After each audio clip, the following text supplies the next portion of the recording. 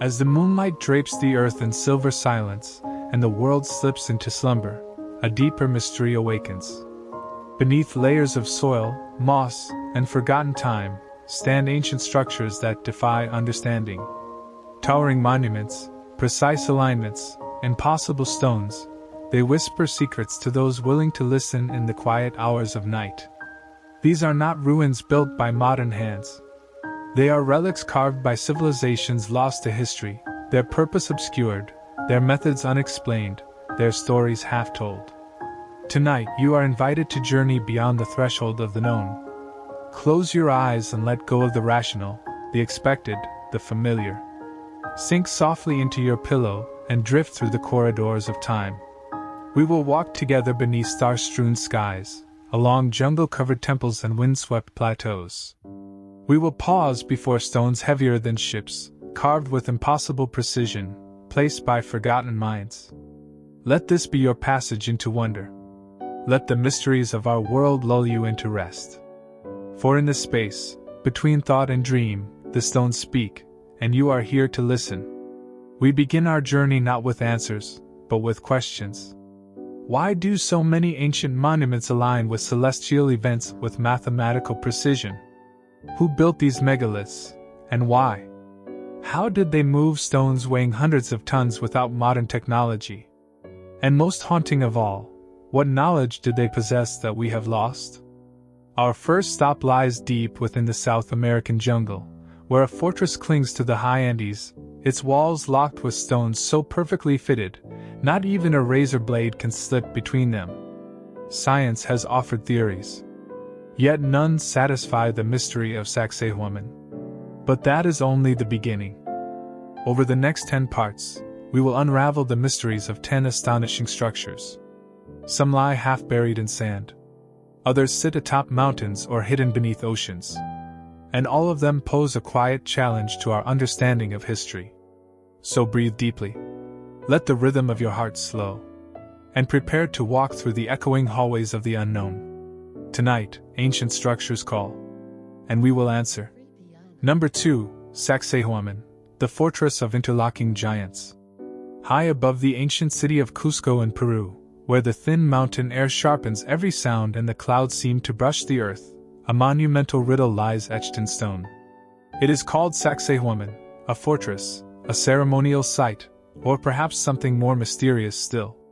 What remains clear is this: no one truly knows how it was built, or why its walls defy the natural laws of stone and time. Imagine waking at dawn in the shadow of its towering stones.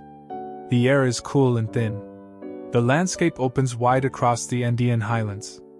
In the quiet, you run your fingers across one of the massive blocks, each cut with such precision that even modern laser tools would struggle to match it. This is not the work of careless hands. This is engineering far ahead of its time. And yet, no written record explains it. No blueprints. No known tools. Just silence and stone. The marvel of the megaliths. The most famous feature of Sacsayhuaman is its cyclopean stonework, massive interlocking blocks, many weighing over 100 tons, carved to fit together like a jigsaw puzzle. Some are the size of small cars. Others tower over visitors. But what makes them truly astonishing is their seamless assembly. There is no mortar. And yet, they have stood for centuries, unmoved by earthquakes, weather, or time. The joints between stones are so precise that not even a thin blade can slip between them. Each block is unique. No two are the same shape. The walls curve and snake in organic patterns, giving the entire fortress a serpentine appearance. Conventional archaeologists attribute the work to the Inca, but even they admitted that the walls predated them. Spanish conquistadors who arrived in the 16th century marveled at the structures and could not imagine how such feats were possible. Some suggest the Inca inherited Sacsayhuaman from a much older civilization, perhaps one with lost knowledge of engineering, geometry, and earth sciences. How else, they ask, could people with no iron tools or wheels shape and transport such stones across rugged terrain? Transporting the impossible. Even today, moving a 100-ton stone would be a massive undertaking. And yet these megaliths were not quarried at the site. Many were brought from kilometers away, hauled across uneven mountain paths, rivers, and steep inclines. No evidence of cranes, pulleys, or even sophisticated sled systems has been found. So how did they do it? Some theories point to the use of ramps, manpower, and rolling logs, but there are practical problems with each. The terrain is treacherous. The manpower needed would be enormous. And even then, it wouldn't explain how the stones were lifted and fitted with such uncanny accuracy. More speculative ideas suggest ancient forms of acoustic levitation, lost anti-gravity technology, or a forgotten technique for softening stone, an idea drawn from Andean legends of a plant that could turn rock malleable. Are these ideas fringe? Perhaps. But they emerge from a single truth. No modern technique has convincingly demonstrated how the ancient builders achieved their feat, and until such a demonstration occurs, all explanations remain incomplete. The serpent walls and symbolism. From above, the walls of Sacsayhuaman resembled the shape of a snake. This is not accidental. The Inca and their predecessors saw deep spiritual meaning in animals, the cosmos, and the landscape itself. Serpents, in particular, were symbols of the underworld, transformation, and knowledge. The structure is not just defensive, it is symbolic. It aligns with the cardinal directions. It echoes the shape of the lightning bolt. Some researchers argue that the entire layout of Cusco mirrors the body of a puma, with Sacsayhuaman as its head. This level of symbolic architecture suggests a worldview in which geometry, nature, and spirit were tightly woven together. The builders did not merely want protection. They sought harmony, with the earth, the sky, and the unseen forces that moved between them. Was the fortress a temple? A place of ritual transformation? A ceremonial center for invoking the serpent spirit of the Andes? We do not know. But the stones seem to pulse with intention, as if they remember something we have forgotten. The mystery of the hidden chambers. Beneath Sacsayhuaman lie tunnels, caves, and chambers, many unexplored. Some are sealed. Others open briefly into darkness before vanishing underground. Local legends speak of vast subterranean networks linking Sacsayhuaman with other sacred sites, even reaching as far as the Coricancha temple in central Cusco. There are tales of treasure, mummies, and forbidden knowledge hidden below. In 1980, a teenage boy entered one of the tunnels and never returned. After a massive search, he was found days later, alive but shaken, miles away inside another temple. He could not explain how he had traveled so far underground. The Peruvian government eventually sealed many of these passages. What lies beneath remains a mystery. But the possibility of a vast underground complex adds yet another layer to Sacsayhuaman's intrigue. What if the visible stones are just the surface? What if the true structure extends deep below, into the earth and into forgotten history? Echoes from a forgotten time. When the Spanish arrived in the 1500s, they were so impressed by Sacsayhuaman that they believed it was built by demons. Some attempted to dismantle the fortress to use its stones for colonial buildings. But the massive blocks could not be moved. Only the smaller stones were taken, and much of the original structure was lost. Still, enough remains to inspire awe and confusion. Sacsayhuaman reminds us that history is not linear. That civilizations rise, fall, and sometimes leave behind evidence of abilities we cannot explain. It asks us to reconsider what ancient people knew, and what we might have lost in the passage of time. Could there have been an earlier age of knowledge, now buried beneath myth and stone? Did a forgotten race or culture leave behind blueprints in stone, waiting for rediscovery? As you drift into sleep, imagine walking among those walls. Feel the weight of time pressing in the silence. Run your hands across the seams so perfect, they vanish beneath your fingers. The fortress doesn't speak, but it remembers. Number 3, the Kailasa Temple, a mountain carved from the top down. Somewhere in the heart of India, where the air carries the scent of dust and jasmine, and the sun bathes the land in gold, a temple lies hidden within the stone of a mountain. It is not built. It is revealed. They call it Kailasa, a monument not constructed brick by brick, but instead carved downward from a single solid rock.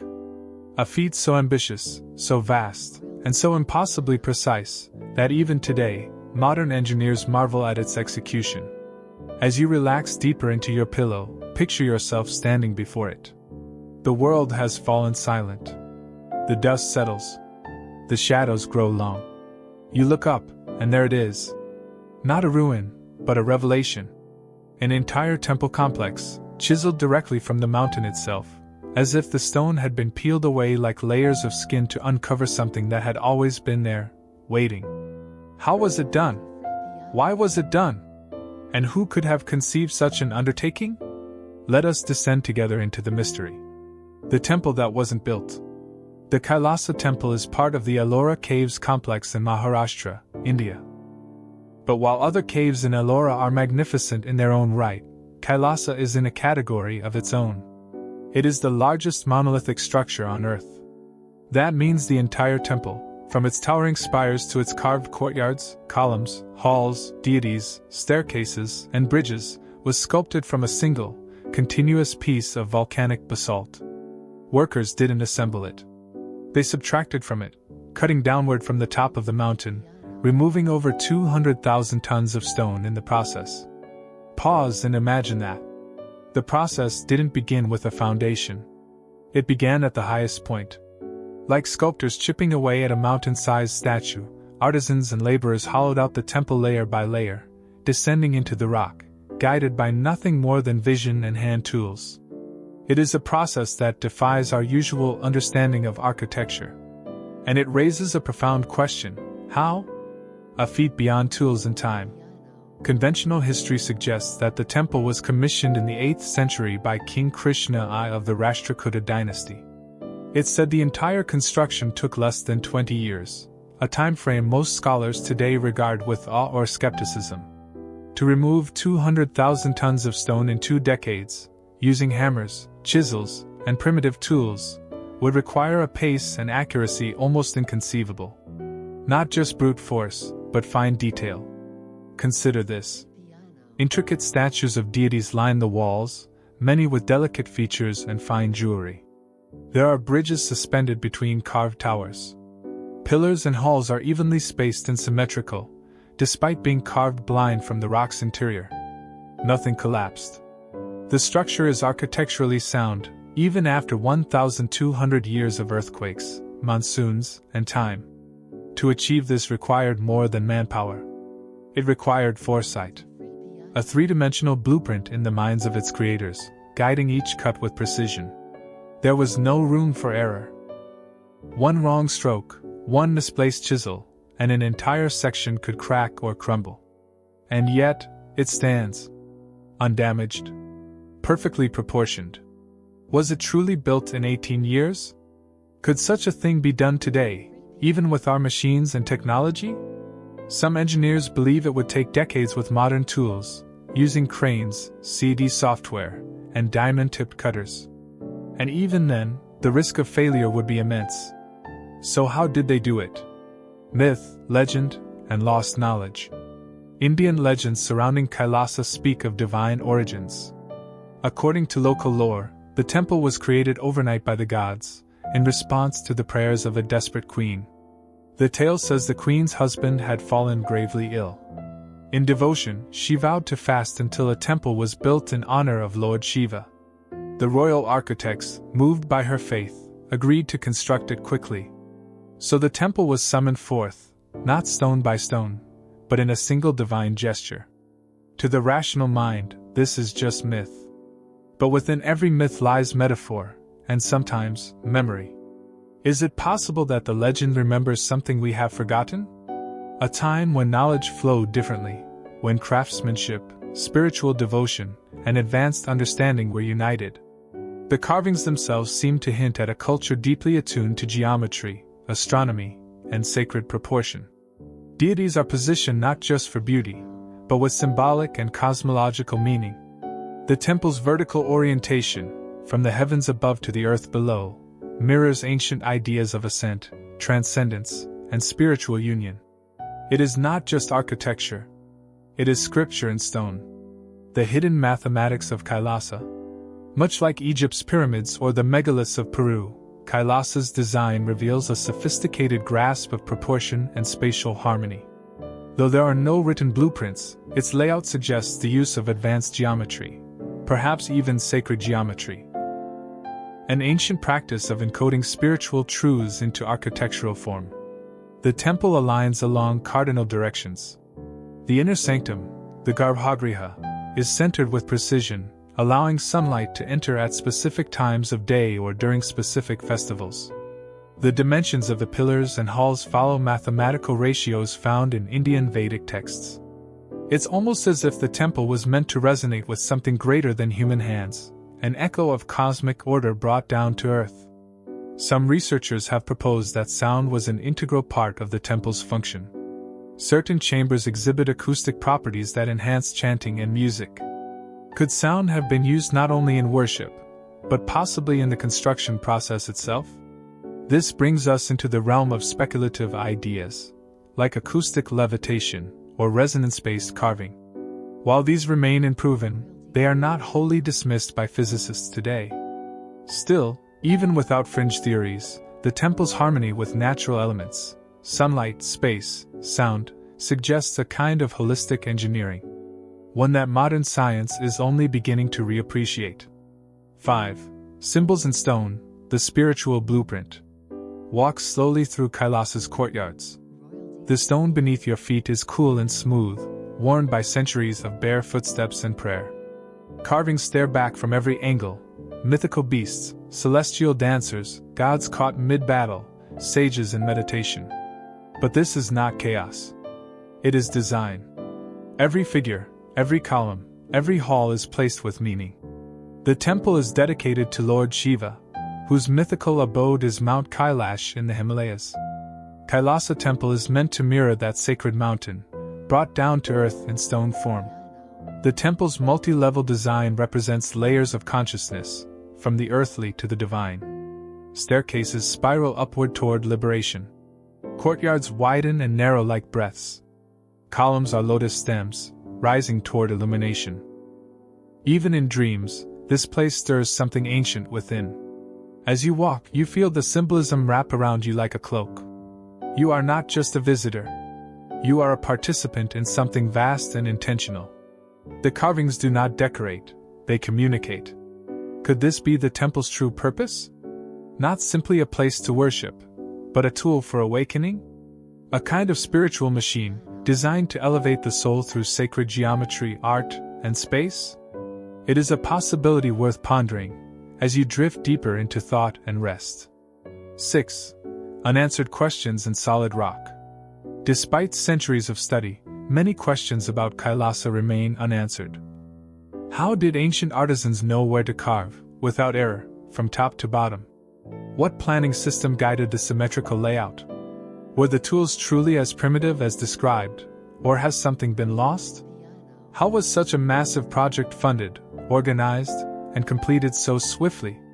Are there undiscovered chambers, meanings, or messages hidden within?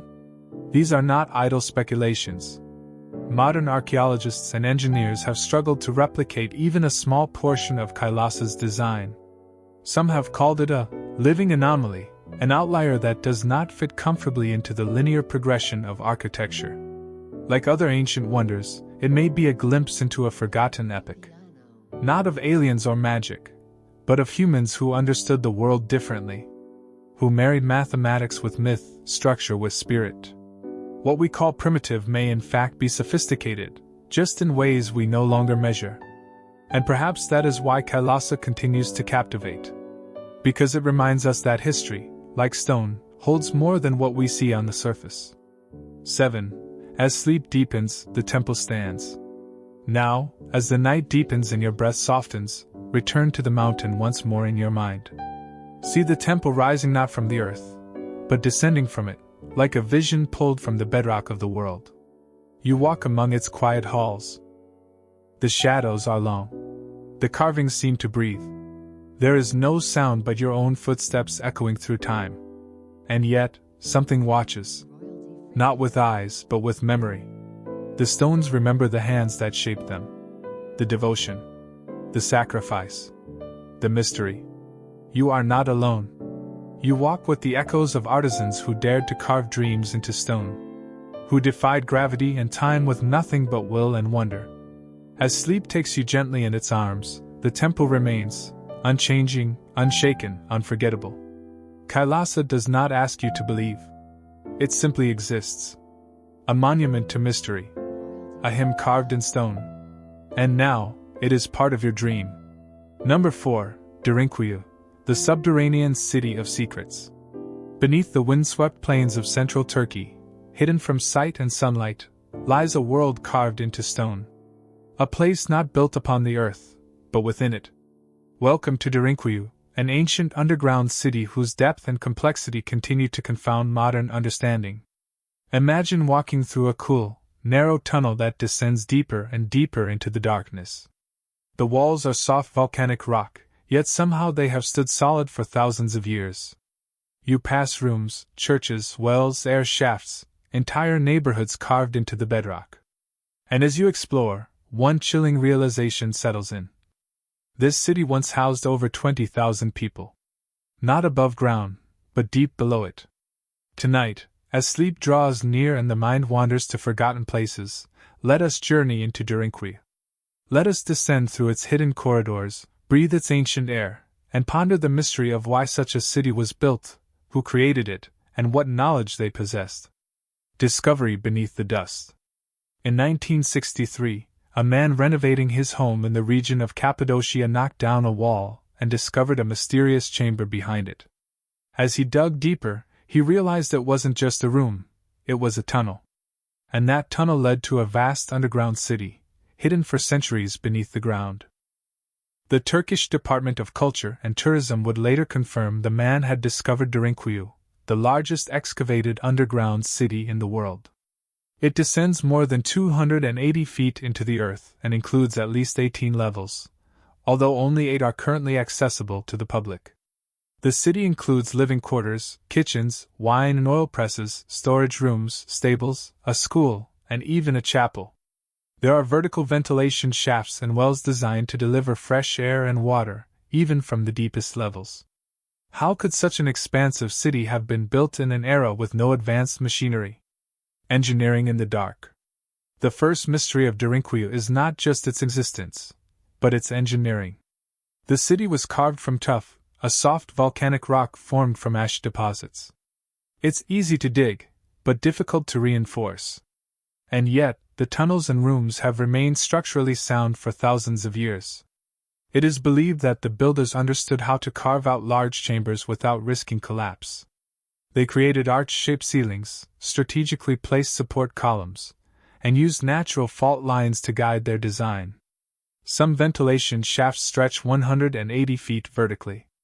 They provided fresh air to even the lowest levels of the city, demonstrating a sophisticated understanding of airflow and environmental design. Wells were drilled to ensure water could be drawn without contaminating upper levels. Even more intriguing, massive rolling stone doors were used to seal off corridors. These circular stones, resembling millstones, could be rolled across entryways from inside, offering protection against invaders. But protection from whom? And why go underground at all? Who built Derinkuyu, and why? The origins of Derinkuyu are debated. Conventional archaeology attributes the earliest phases of the city to the Phrygians in the 8th to 7th century BC, with expansions by early Christians escaping Roman persecution centuries later. But others suggest that Derinkuyu's foundations could be far older. Some believe that the city was not built in a single era, but in layers, expanded over generations, perhaps even millennia. The deeper levels appear more primitive and older, suggesting the city grew downward over time. But what threat could have driven people underground in the first place? Some propose it was war. Others believe it may have been natural disasters, like volcanic eruptions or climate shifts. There are even fringe theories, suggesting the city was built to escape a global catastrophe, or to shelter from something not of this world. Whatever the truth, one thing is clear: Derinkuyu was not a temporary refuge. It was a permanent settlement, with complex infrastructure designed for long-term survival. Living below the light. Life in Derinkuyu would have been quiet, dim, and carefully organized. Each level served a function. The upper levels were used for domestic life, living quarters, cooking areas, storage. Deeper down were chapels and schools. Even further, you'd find livestock stables and water reservoirs. The city had churches with altars, suggesting spiritual life was important even below ground. Tunnels and staircases connected the levels. In times of danger, people could retreat inward and seal the entrances behind them. It's estimated that up to 20,000 to 30,000 people could have lived in Derinkuyu at its peak. Food supplies would have been stored for long periods. Water was drawn from deep aquifers, and the ventilation system kept the air surprisingly fresh. Imagine generations living without sunlight, raising children, practicing faith, building community, all within stone. Interconnected cities. Derinkuyu wasn't alone.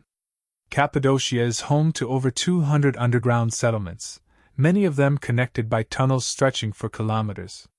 Derinkuyu is linked to Kaymakli, another massive underground city, by a 5-mile passageway. The full extent of these connections is unknown. Some tunnels are blocked, others unexplored. But the scale suggests a regional network, possibly used for trade, communication, or coordinated defense. Could there be hundreds of miles of hidden corridors beneath the earth? And if so, why was such an effort made to remain unseen?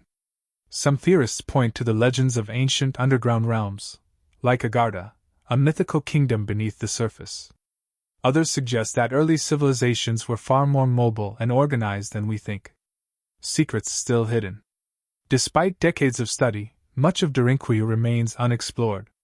Earthquakes, cave-ins, and safety concerns have sealed off many sections. In 2014, a previously unknown section of the city was discovered during a construction project.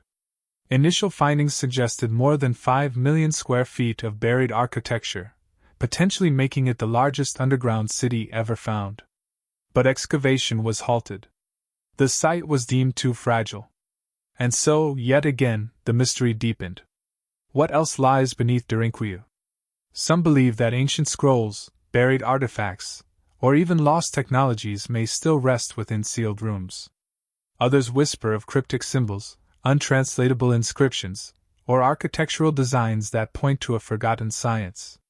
The city's full story may never be told. But every tunnel, every room, every sealed door is a reminder. The past has layers we have yet to uncover. Dreams in stone. As you begin to drift off tonight, imagine yourself walking those ancient tunnels. The stone is cool beneath your fingers. The only sound is the hush of breath, the occasional echo of footfalls far away. You pass rooms where people once prayed. You feel the presence of families who lived their entire lives below the earth. A city without sunlight. A sanctuary carved in silence. Derinkuyu was more than shelter. It was a world, designed with intention, built with skill, and lived in with care. It reminds us that the surface tells only part of history. Beneath our feet, whole civilizations may sleep. Number 5. Nan Madol, the Venice of the Pacific. As dawn breaks over the Pacific Ocean, off the eastern coast of Pohnpei in Micronesia, the sunlight reveals an astonishing sight, a city floating on a lagoon, built entirely from massive basalt stones, over 750,000 tons of them.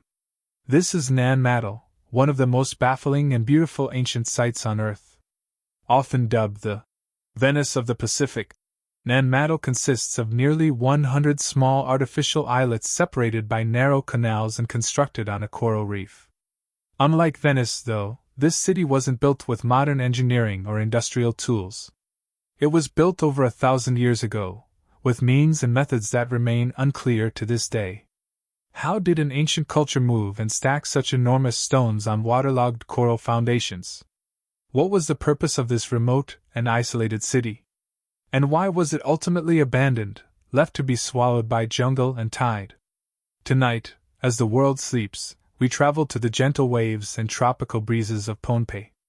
Close your eyes, feel the salt in the air, and follow the soft lapping of the ocean into the mysteries of Nan Madol. A city on coral reefs. Nan Madol lies off the southeast coast of Pohnpei, one of the main islands of Micronesia.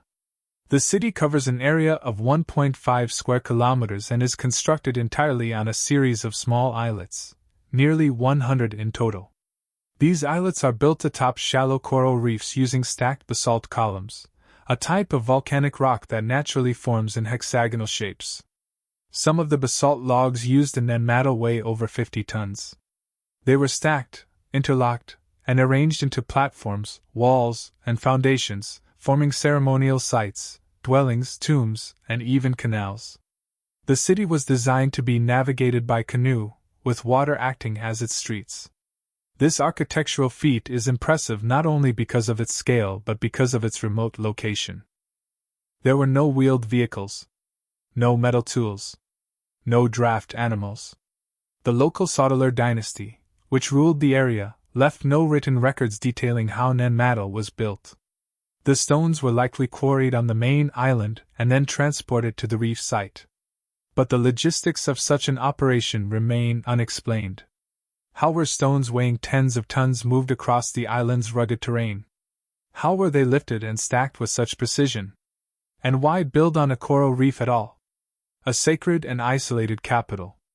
Madol was more than just a city. It was a royal and religious capital, home to high priests, ruling chiefs, and ceremonial centers. The site was strictly controlled. Commoners were not allowed to enter without permission. The islets were organized by function. Some were used for food preparation. Others housed tombs and religious shrines. The central islet, Nanduas, contains a massive stone wall enclosing a sacred area, believed to be the royal mortuary and the final resting place of important leaders. The Soutler rulers used Madol not only to govern but to centralize and control the population. By moving the elite class away from the mainland, they could exert authority over resources, rituals, and the population. But this isolation came at a cost. The rise and fall of the Soutler. The Soutler dynasty ruled Pohnpei for over 400 years, beginning around 1100 CE. According to oral tradition, the first Soutler rulers arrived from across the sea, strangers who brought with them new customs and technologies. They established Madol as their capital and imposed a highly centralized and rigid social structure. Over time, the dynasty became increasingly tyrannical. Food was demanded as tribute. Religious rituals became oppressive. Eventually, the people rebelled. According to legend, a warrior named Isoklikal arrived from abroad, defeated the Soutler, and established a more decentralized and just rule. After this upheaval, Madol was gradually abandoned. Some historians believe the city was simply unsustainable. Transporting food, water, and materials to a city built on reef islets was labor-intensive and inefficient. When the ruling system collapsed, so too did the need to maintain the site. By the time European explorers arrived in the 1800s, Madol was overgrown and largely deserted. The legend of the floating stones. One of the most enduring mysteries of Madol is how the enormous basalt stones were transported. The nearest source of basalt is on the main island, several kilometers away, and would require hauling the stones across hilly, forested terrain and shallow waters. Some of the columns weigh over 50 tons and are as long as 7 meters. There is no evidence of advanced tools, cranes, or rolling systems. Yet the stones were not just transported, they were lifted and fitted into complex, interlocking arrangements that have withstood centuries of storms and sea level changes. Local legends speak of magic. The most famous story tells of twin sorcerers, Olasopa and Olasopa, who floated the stones into place using spells and flying dragons. When one of the brothers died, the other established the Soutler dynasty.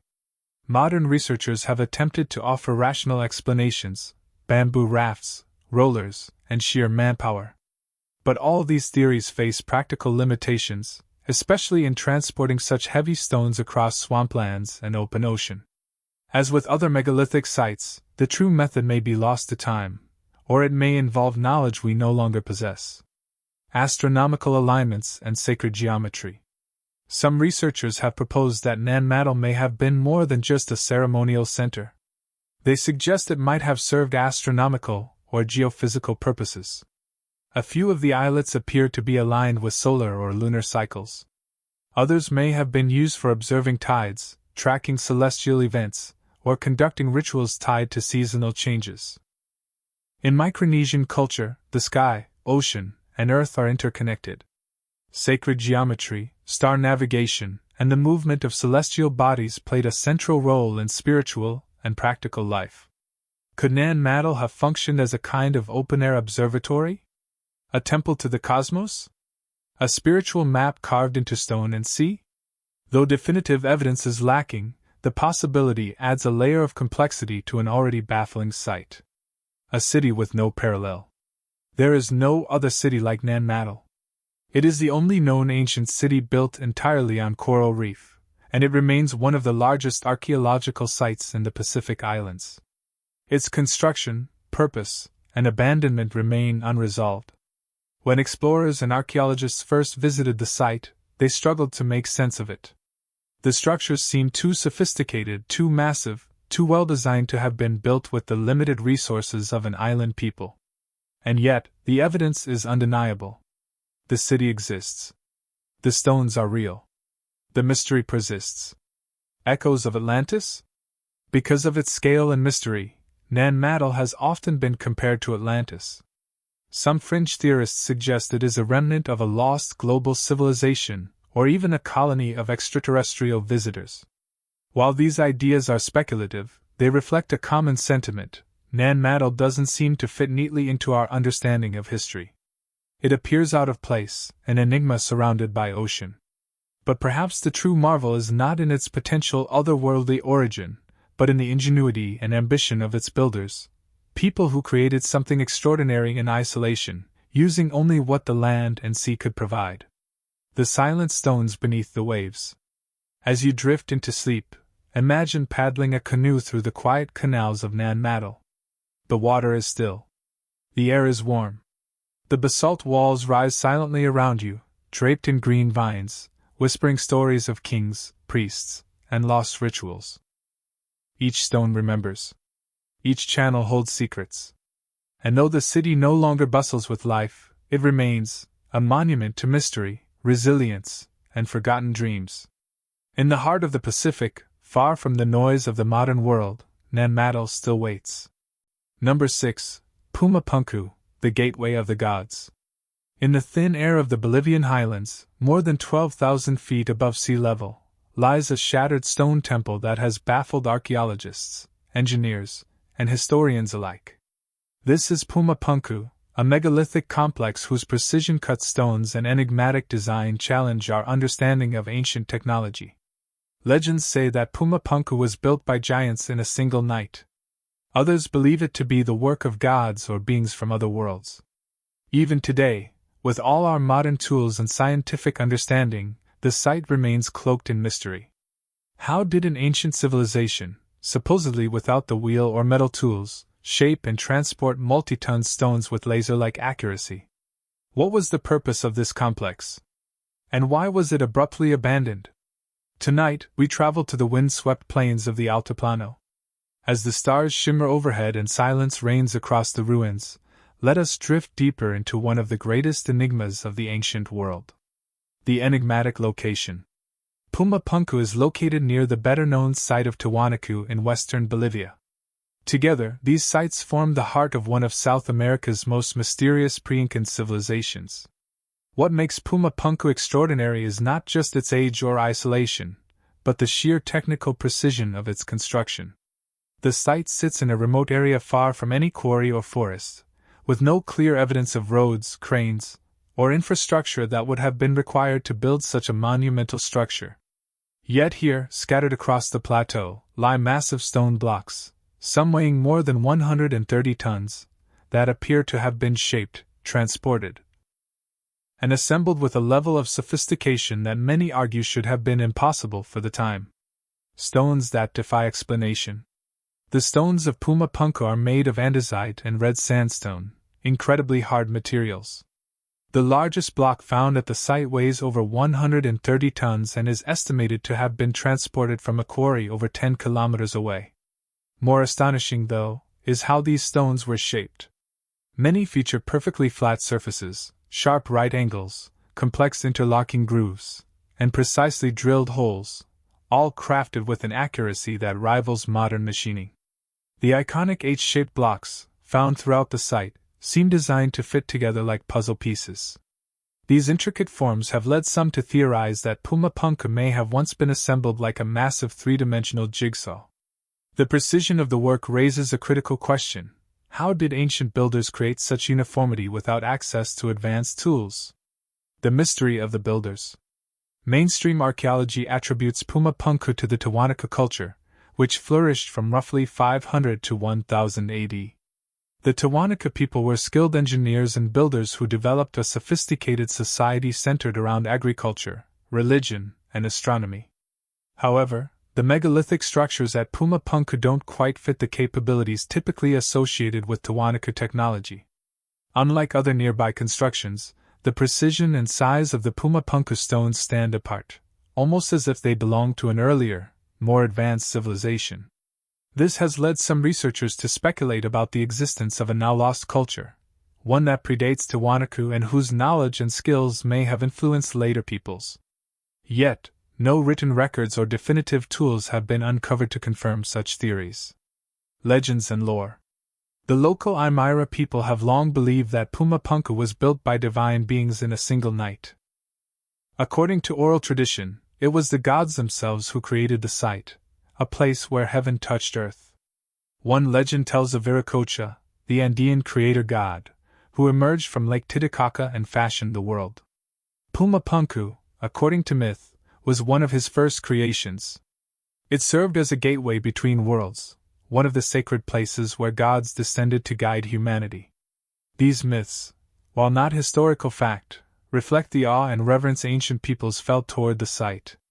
They also underscore a recurring theme in ancient architecture, the belief that certain structures served as portals to other realms, whether spiritual or cosmic.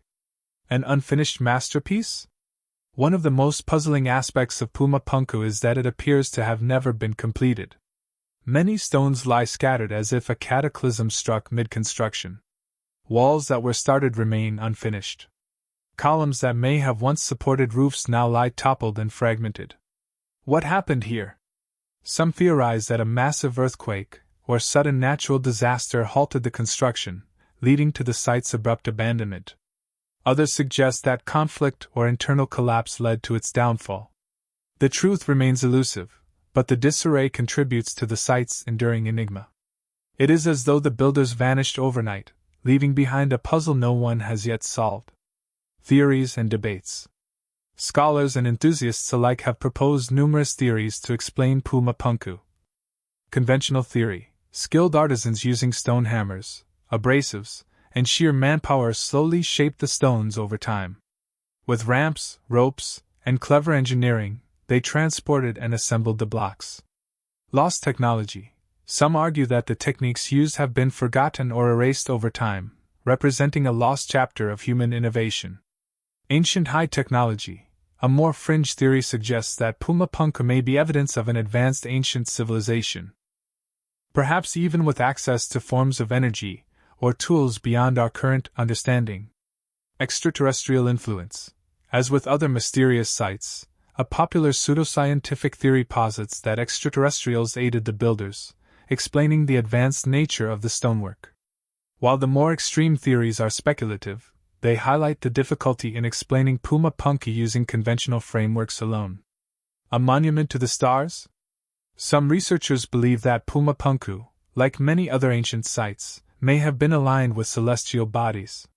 The layout of the stones, the positioning of doorways, and the orientation of the complex suggest possible astronomical significance. Whether it tracks solstices, equinoxes, or planetary movements is unclear. But in a world where sky and land were deeply intertwined, it's plausible that Puma Punku served as a sacred observatory or a cosmic calendar. Combined with the legends of divine origins, this perspective casts the site not just as a temple or palace, but as a holy place connected to the heavens. The silence of the ruins. As we rest in the quiet shadows of Puma Punku, the wind whispers across the plateau, carrying with it echoes of chisels, chants, and forgotten rituals. The stones, cold and cracked, seem to watch us with ancient eyes, holding secrets they will never share. There is power in such silence. Power in not knowing. For it is in mystery that wonder is born. Tonight, let the enigma of Puma Punku lull you into dreams. Let your mind wander through its unfinished corridors, its cosmic gateways, its precision-cut walls that defy time. And as you drift, remember, some doors were never meant to be opened. Only imagined. Number 7, the Osirion of Abydos, Egypt's subterranean mystery. Imagine descending into the Egyptian sands far from the crowded pyramids and tourist-worn temples, to find a structure that seems to defy everything we think we know about ancient architecture. This is the Osirion of Abydos, a deep, mysterious chamber buried behind the famous temple of Seti I.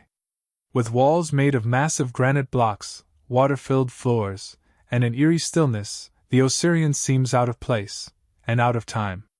Tonight, as sleep gently draws your mind inward, let us descend into the cool stone passageways of ancient Egypt. Let the soft trickling of underground water and the distant echoes of forgotten rituals lull you into a dream state. We are going back thousands of years, to a mystery carved into bedrock itself, a structure that should not exist, but does. Hidden beneath the sands.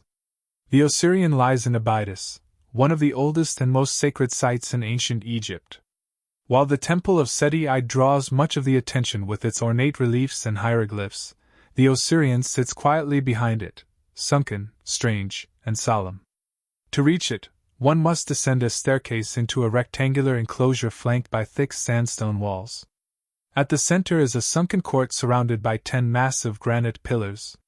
These monolithic stones, some weighing over 40 tons, are precisely fitted in a style reminiscent not of traditional Egyptian temples, but of the megalithic architecture found in Peru or at sites like Baalbek in Lebanon. The mystery deepens because the Osirion sits well below the current ground level. This suggests either the builders intentionally excavated down to the bedrock, an enormous undertaking, or that the structure is far older than the temple built above it. Unlike the temple of Seti I, which is inscribed with the king's name and accomplishments, the Osirion has no detailed inscriptions. No dates. No names. Just smooth stone, water channels, and eerie silence. Architecture that doesn't belong. The Osirion's construction style is fundamentally different from every other known Egyptian structure of the New Kingdom. Instead of typical stone blocks with decorated surfaces, the Osirion features cyclopean granite stones, smoothly finished and interlocked with near-modern precision. Many of the granite slabs are too large to have been moved with known Bronze Age tools. There is no record of Seti I ever constructing such a structure, nor any mention of the logistics required to build it. Some Egyptologists suggest Seti merely uncovered and reused the site. Furthermore, the stones are set in a way that suggests earthquake resistance, a feature found in Andean architecture but not in Egyptian buildings. The comparison raises questions. Was this structure really Egyptian? Or was it built by a different, older civilization whose techniques were later forgotten? The cult of Osiris and symbolism. The name Osirion comes from Osiris, the Egyptian god of the dead and the underworld. Abydos was considered the cult center of Osiris, where the god's head was said to be buried. This association gives the Osirion a deep symbolic meaning. The entire structure may have been designed to represent the tomb of Osiris, a sacred place of resurrection and rebirth. Water channels within the Osirion may symbolize the primordial waters of Nun, from which life emerged. But was this symbolic interpretation added later? Was the Osirion originally something else, perhaps an ancient structure whose purpose was repurposed by later dynasties? Some researchers have proposed that the site may have served as an initiation chamber, a ceremonial gateway to spiritual transformation. The deep descent, the presence of water, and the chamber-like space all suggest a ritual experience designed to mimic death and rebirth. Anomalous dating and historical confusion. Mainstream Egyptologists typically date the Osirion to the reign of Seti I, circa 1290 BC, assuming he built it alongside his temple. However, there is no hard evidence to support this claim. In fact, the construction style is so different from that of Seti's temple that it seems highly unlikely they were built at the same time. There are also water erosion marks on the granite blocks inside the Osirion. This erosion suggests long-term exposure to running water, something that hasn't occurred in Egypt for thousands of years. This has led some to theorize that the Osirion predates the Egyptian dynasties entirely. Some alternative researchers even push its origins back to 10,000 BC or earlier, during a hypothetical prehistoric civilization with advanced stoneworking capabilities. While these theories remain speculative, the mystery remains: why would the ancient Egyptians build a temple in a style they never used anywhere else? Technological implications. The engineering required to build the Osirion suggests a level of knowledge not typically attributed to Bronze Age societies. The stones were transported over great distances, carved with high precision, and set into place deep in the earth. There are even theories about lost technologies: sound-based levitation, advanced saws, or unknown energy manipulation, though none have been conclusively proven. Yet, the Osirion continues to challenge our assumptions. Why build something so difficult, hidden beneath the ground, and without written record? Underwater mysteries and the Sphinx connection. Some researchers have noted that the Osirion shares similarities with the base of the Great Sphinx of Giza, which also exhibits signs of water erosion. Both structures lie below ground level, both involve Cyclopean stonework, and both are surrounded by conflicting theories about their age. If both the Osirion and the Sphinx predate the known dynasties of Egypt, what does this mean for our understanding of ancient civilization? Is it possible that a lost culture, perhaps wiped out by a global catastrophe or forgotten in the sands of time, once thrived in Egypt long before the pharaohs? Echoes in the silence. Tonight, as your mind drifts deeper into dreamscape, imagine standing within the Osirion. The air is cool and damp. The granite blocks tower around you like guardians. The sound of water echoes softly through the chamber. You feel something ancient here. Something older than kings, older than language. A vibration in the stone. A presence in the silence. A question that stirs the soul. What was the Osirion? A tomb? A temple? A gateway? Perhaps the answer lies not in logic, but in dream. In sleep. In the stillness between waking thoughts. Let the mystery remain. Let it guide you.